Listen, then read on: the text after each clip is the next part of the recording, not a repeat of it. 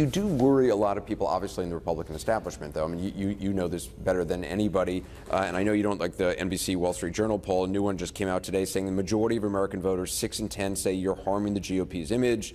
2/3 have a negative impression of you. How do you go about bringing the GOP back together? Look, first of all, millions of people now are voting more, as we just said, more than they were 4 years ago, 8 years ago, 16 years ago. Millions and millions of people. They've never seen anything like it. I was in South Carolina, and a woman came up who's at the polling. She said, you know, Mr. Trump, I've done this for 24 years. I've never seen anything like it. Yeah, there's a lot of higher voter turnout. So you're saying that's bringing new people in, and that's going to bring the GOP together? Leave, but many more people are coming in. You know where they're coming from? They're Democrats, and they're independents, and they're people that never voted before.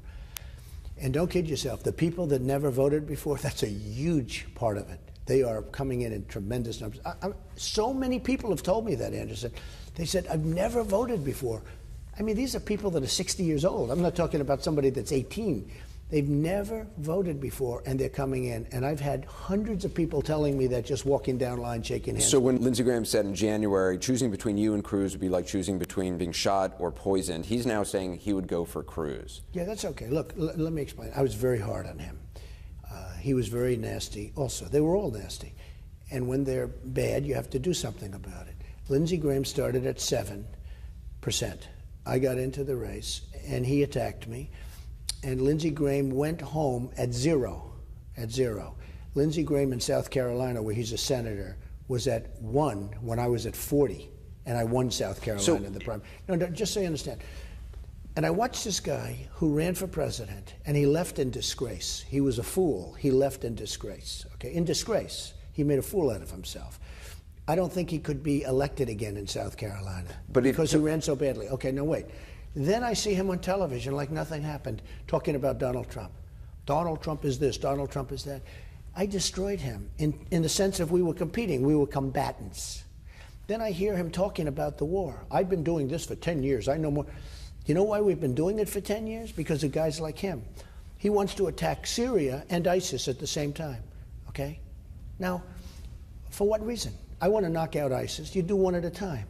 So how does the GOP differ under Donald Trump than under President Bush, than under... It would be smarter. It would save money. It would have balanced budgets. It would have many more products made in the United States. It would have smart trade, not free trade. Now, just so you understand, I'm a free trader. The problem with free trade, and it's a very big problem, we need smart leadership. To have free trade successfully, you have to have a really smart group of people at the top and person. We don't have that. We have people that are grossly incompetent. We're dealing against China. I've made a lot of money dealing against China. I have buildings. I own the Bank of America building, a big chunk of it in San Francisco. I own 1290 Avenue of the Americas. I got it by competing against China. I didn't get it because of China. I competed against them. I won. And I have these assets, these great assets. You know, I've told you before, I have the biggest bank in the world as a tenant of mine in Manhattan. I sell condos to the Chinese. I get along great with the Chinese. I have no problem with the Chinese. I wish we could do it. In fact, I respect China. They've gotten away with murder. It's the single greatest theft in the history of the world, what China has done to the United States. We've rebuilt China with what they've taken out of our country. I want to ask a couple of things about Ted Cruz. You've talked about the importance, and you and I have talked about the importance of being flexible. And he's totally inflexible. Cruz says flexibility is Washington code word for he's getting ready to stick it to the voters. What does flexibility mean to you? Okay, on what can you work? It means negotiation. So you can work with Democrats. Look, hey, I wrote the art of the deal, okay? How important is unlocking gridlock in Washington for you? It's very important. Very important. We have total gridlock. Nobody can do anything. We have corporate, you take a look at corporate inversions, which, by the way, the senators, they don't even know what it is. We have companies leaving our country. They're leaving for two reasons. Because the taxes are too high, and I cut taxes very substantially, but and Larry Kudlow, by the way, loves my tax plan. Taxes are too high, and because they can't get their money back. So they have money. You know, Anderson, they have money outside of this country, billions and billions of dollars, these big corporations like Pfizer, that's leaving now, moving to Ireland. So they have money out there.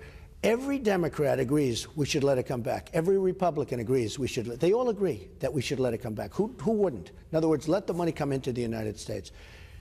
They've agreed now for 4 years they can't make a deal. You know why? There's no leader.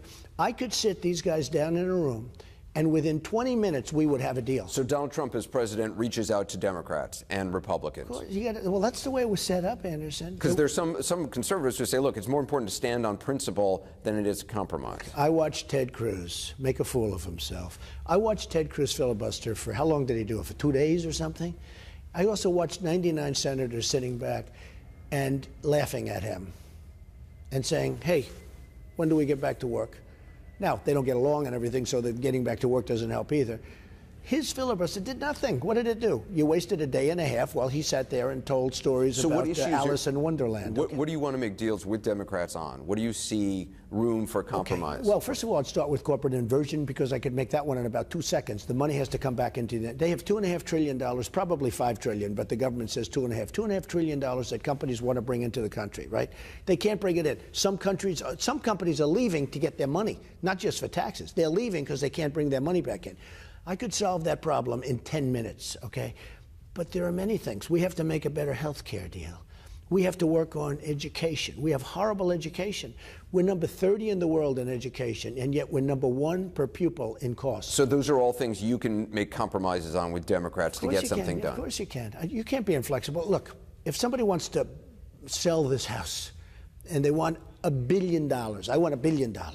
You got to negotiate a little bit. It's okay. The other knock that some conservatives make, certainly they make on President Obama, they say he's sort of an imperial president. It's one of the things Cruz is saying about you, even the sort of the pledge that you're having people make at rallies. He says that you're treating your supporters like subjects to a king. The implication being that as president, you would be... It's just words. Look, it's just words. Ted, it's just words with Ted. Ted is a guy who's somebody, he's a very inflexible guy. You'll never make a deal. You talk about gridlock now? If Ted Cruz became president, you wouldn't have anything done in Washington would be a total piece of stone. You wouldn't make any, just so you understand, he talks about he's a constitutionalist, okay? The Constitution was set up with senators and congressmen, and you're supposed to work and make deals. Do you see the Constitution? And 2 parties, and it could be more than 2 parties, but 2 parties. Do you see the Constitution as a living, breathing document or do you see it as something set in stone from long ago? Because I see the Constitution as set in stone. I see it as one of the great documents of all time. I also see it as something that says you got to sit down and make deals. I mean, look, if Ted wants something, health care, and he won't negotiate, the other side's not going to negotiate either. There's got to be a little bit of movement. And that's key to you to end gridlock. Yeah, but I'll make a better deal than the other side. Right. I'm going to make a better deal. On foreign policy, is there and maybe you haven't, you've been running a campaign, have you started thinking about a sort of a Trump doctrine for using foreign power overseas? What criteria do you look at? There can be no doctrine, because everything is different. Every situation is different. And I didn't want to go into Iraq, and I'll say it 100 times. I didn't want to go. They say, well, you were on Howard Stern's show years, before it ever happened. And if he asked me that question, and he's a friend of mine, he's a good guy, actually, much different than you see on radio, believe me. It's a great interview. But he's a great guy. But Howard asked me, and I sort of said, well, I don't know. That was the first time it was ever asked. But don't forget, I'm an entrepreneur. They don't ask me about should we go into Iraq at that time. And this was long before we went in. And you could see that I was very hesitant. It wasn't like, oh, we should go in. Look, what criteria would you use one for of the sending worst troops somewhere? Let me just say, going into Iraq, my opinion, was one of the worst mistakes in the history of this country. It was one of the worst decisions ever made in the history of this country. It started, everything that's happening today in the Middle East is because of that one decision to go into Iraq, okay? And that was a horrible decision, including the migration, everything that it's a mess. Now, if Saddam Hussein was there, would we be better off? Absolutely. Hey, this was not a nice man. This wasn't a great guy. But Saddam Hussein did one thing: he killed terrorists. He was a professional killer of terrorists. Now, you want to be a terrorist? You go to Iraq. That's called the Harvard of terrorism. Look, whether it's Gaddafi, terrible decision, Hillary Clinton, whether it's Saddam Hussein, we were a lot better off before. Do you think? And besides that, Iraq did not knock down the World Trade Center, just in case you had any questions. Do you think Islam is at war with the West? I think Islam hates us. There's something there that there's a tremendous hatred there. There's a tremendous hatred. We have to get to the bottom of it. There is an unbelievable hatred of us.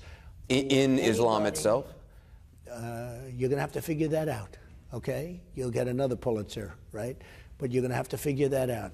But there is a tremendous hatred, and we have to be very vigilant. We have to be very careful, and we can't allow people coming into this country who have this hatred of the United States. I guess the question is, and of people that are not Muslim. I guess the question is there a war between the West and radical Islam, or is there a war between the West and Islam It's itself? radical, but it's very hard to define. It's very hard to separate because you don't know who's who. Look, these two young people that got married, she supposedly radicalized him. Who knows what happened? The bottom line is they killed 14 people that gave them baby showers. I mean, they were friends of theirs, so they walked in and they killed them. There's an unbelievable hatred. You look at Paris, 138 people killed, many, many people going to die in the hospital, mortally wounded, horribly wounded, and they walk into a room and boom, boom, boom. There's a sickness going on that's unbelievable. And honestly, you have to get to the bottom of it.